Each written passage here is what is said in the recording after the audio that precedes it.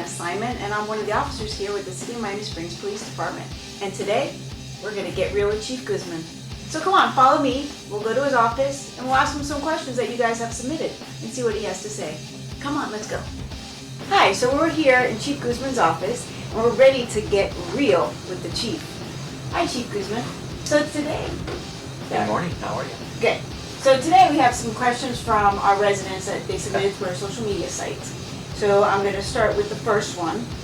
And the person asked, why isn't speeding enforced like it used to be?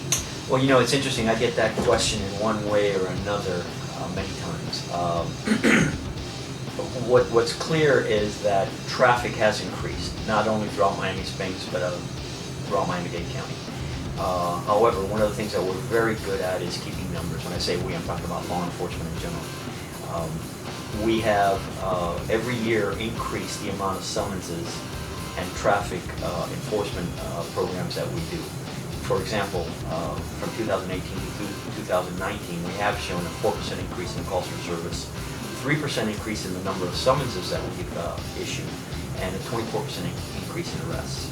And currently we're facing 3 vacancies which we're trying to fill. So I think that overall we're still doing traffic enforcement, based on what I mentioned, at as good a level or higher than we have in the past.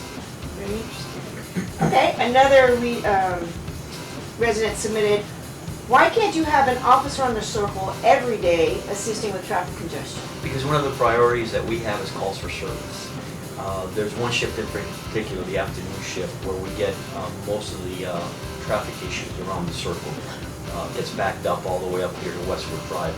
And the afternoon shift supervisor, Sergeant Fetters, and his staff, they are out there as much as they can be to try to alleviate some of those traffic issues.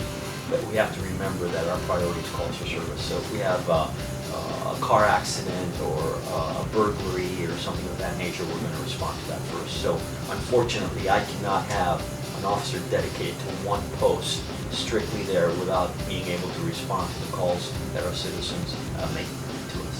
Okay. And another one is, one we hear a lot, is sometimes I see more than 1 or 2 police officers or cars on a call. Is that really necessary? I would say in this day and age, absolutely.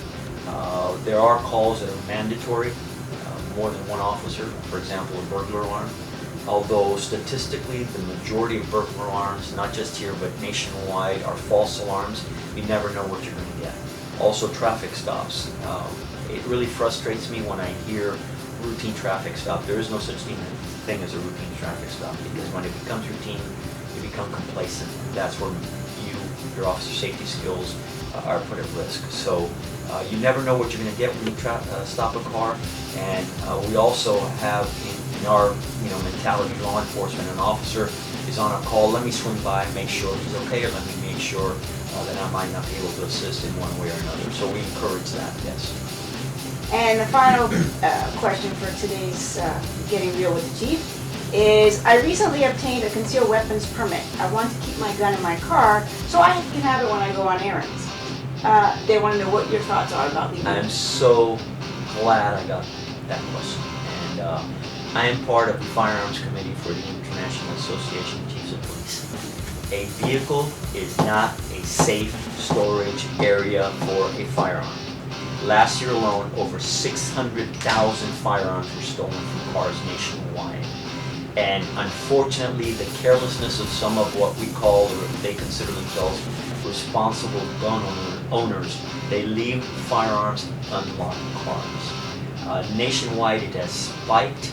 If you're a responsible gun owner, be responsible enough not to keep it in a vehicle. It is not a secure gun vault or gun storage area. Please don't leave guns in your cars. All right. So you guys heard it. The most important thing is please don't leave your guns in your cars. We hope this helped answer some of your questions. And if you have any questions you'd like to submit it by the 10th of the month on any of the city or police department social media sites, and we'll answer them randomly. And we'll see you next month, Chief, for some more Getting Real with the Chief. Thank you very much. Thanks, Chief, for answering our questions. We hope you guys found them helpful. If you would like your questions submitted to Chief Guzman, submit them by the 10th of each month to any of our city or police department social media sites. See see below. And we'll see you soon.